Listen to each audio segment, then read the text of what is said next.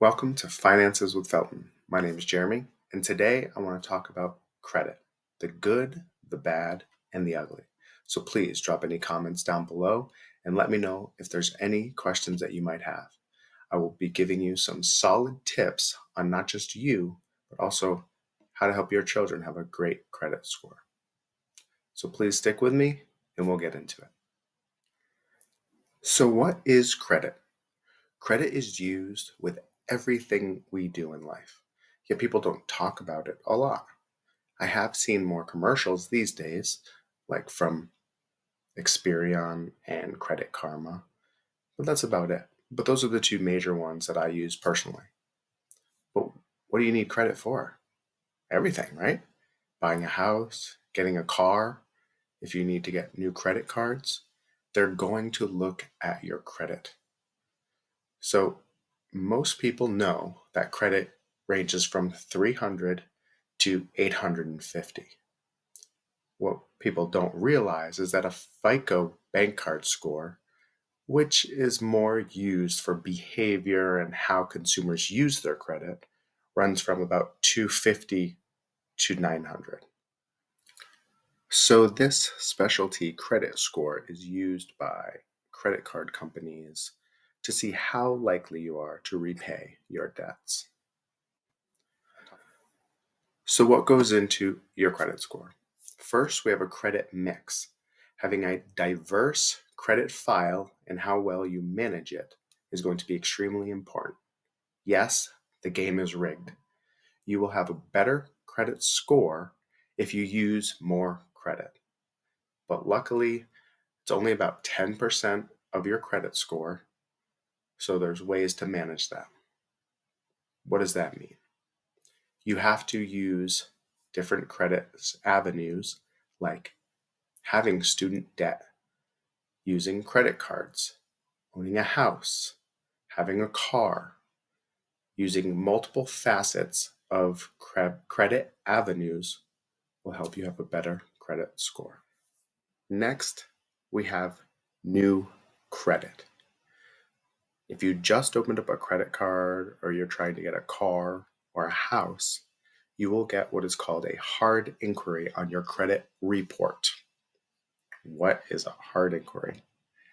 So if you apply for a loan, whether that's a car or a house, something along those lines, you will get a hard inquiry. The hard inquiry is when that credit lender looks at your credit score and report to judge you on your credit. There's a catch with this.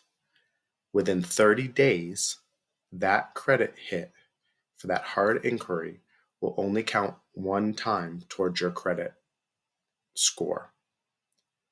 That's just with car loan, house loan, something along those lines.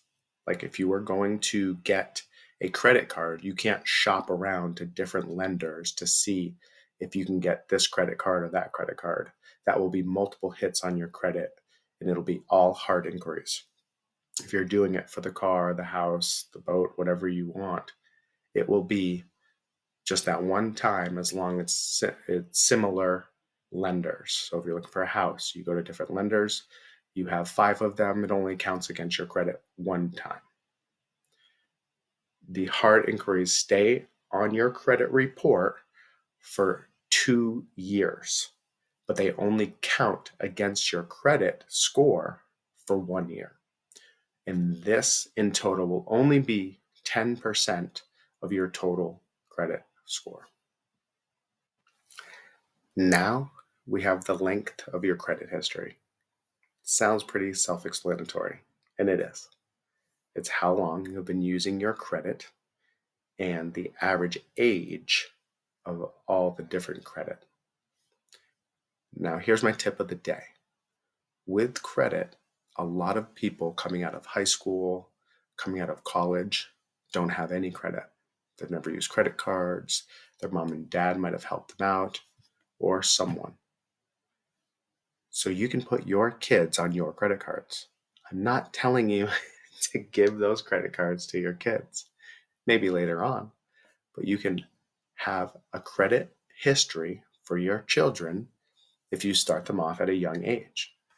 If they are usually around 13, but sometimes even before, you'll just have to check your credit cards, but you can put them on there.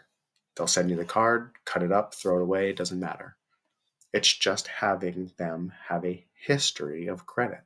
So when they get out into the real world and start their lives, they will already have a credit history rather than having nothing. So they can start getting their own credit cards and their own car and their own house or apartment. So they will understand that you've already helped them out, getting them there to have credit starting at a very young age, which is a lot of the rich people who do that because they are able to do that. But it is a great use case for anyone. Anyone can do it. Put your kid on your card, cut up the card. Now you've given your kid a long history of credit use, whether they've been using it or not. It's all about playing that game. So again, they don't have to use the card, but you can put your kids on your credit. So when it comes to this too, it will be 15% of that whole credit score, whatever that average credit history is. Okay, so with the last 3 topics we talked about, it encompasses about 35% of your total credit score. Now we're going to jump into some of the big dogs. There's 2 more left. The first one is going to be the amount that you owe in your credit. With dealing with credit cards, you never want to max out your cards. You actually want to have high credit card limits and multiple credit cards. But again, you don't want to max out your credit cards. You need to be able to have restraint when you have those high credit limits. You don't want to go buying a car with $20,000 credit limit. But you also want to use the credit card companies because they are trying to use you. A lot of these rates are 25%, 29%. So they are trying to get you to use that $1 that you might have paid for something, but turn it into $1.30. So they're taking almost 30% out of whatever you're using. So that $1.30 now for that dollar object just made you pay a lot more. But they reap the benefits of taking that 30 cents off the dollar. And when you have that over millions of people, over millions of times, that's why the credit card companies have so much money. All right, so let's flip it on them. Get a credit card that has points, cash back, whether you like to travel, find something that you're interested in and target some of those credit cards. That way, when you're spending your money, you're actually getting points back to use it on something you might want. But the key is to always pay it in full. So if you can only manage $100 for the month that you can pay off in full, do not use more than $100 on that credit card. Even that $100 will help you build your credit score up to a higher and higher level. The key is here, don't use more than you can afford. Most credit cards don't want you to use higher than a 30%. And that will keep you in a good to excellent standing for your credit card limits. Most people with an 800 score or higher only use about 7 to 9% of that total credit limit. So just keep that in mind. But again, whatever you can afford is what you can use. Whether you can afford $100 or $3,000, it doesn't really matter as long as you're paying it off every month. That way you get free money for a month. You get whatever credits they might give you in the sense of, well, maybe you have an NFL card, maybe you have a travel card, maybe you have a cashback card. Take that and use it. That's what it's there for. You are now using the credit card company, and basically, if you think about it, they are paying you.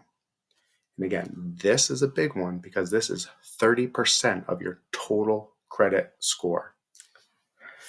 Okay, for the last one is your credit payment history. This is the biggest one. The rest of them were a total of 65%. This one's 35%. So yes, the last one was 30, this one's 35. It's the biggest factor of your credit score.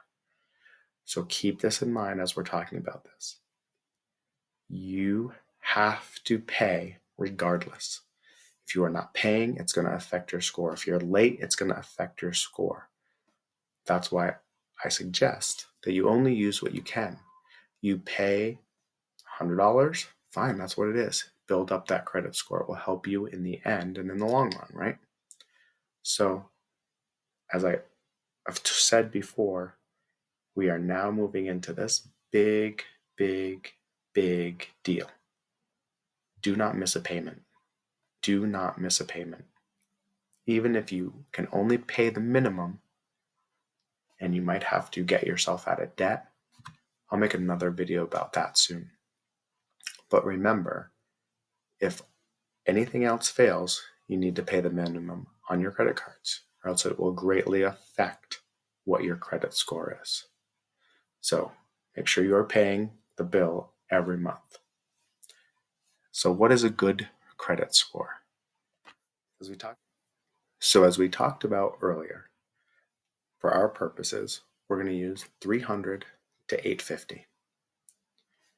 So 300 to 579 is considered a poor credit score. 580 to 669 is considered a fair credit score. To get into the good category of credit scores, you need a 670 to about a 739, and then you'll be in that good category. 740 to 799 is in the very good category, and once you have hit 800 to 850, it is considered exceptional or extremely good category. So if you can get into those numbers, obviously the higher end being the best, that's where you want to be. The good, very good, and exceptional is where you want to be. If you are in that 300 to 669 range, which is the poor or fair, you want to get your credit score up. It will help you get different opportunities, get better rates for some of your things you are purchasing. So please consider some of the information we've already talked about. Start cutting down on those credit cards, only use what you can, make sure you're paying. Like I said, I will get into another video about how you can help yourself get out of debt if you are in debt. So, as you can see, credit is very, very important. And if you ever want to buy a car, you want to get a loan, a house, all the things that we enjoy in life, it's very important to have a good credit score. Make sure you are looking at your credit reports. You can get those on Credit Karma, on Experian, and even within your credit cards, sometimes that's something they offer for free. And you can look at your credit report for free at least once a year. So make sure you're doing that, because you can always contest things if they're not right, or you can see what you need to work on. Pay your bills on time. If you're already in debt, start paying that debt down. Just wanted to say again, thank you for listening to my videos. If you have any comments, please put them in the comments down below. And, all of this credit talk made me think. I knew this farmer. They had a really bad harvest year. And, he said to me, that's it. I'm done. I'm going to start a career in music. And naturally, I was like, what? What are you going to do in music? You're a farmer. But you know what he told me? He said it's going to be easy for me to have a music career, because now I have all these sick beats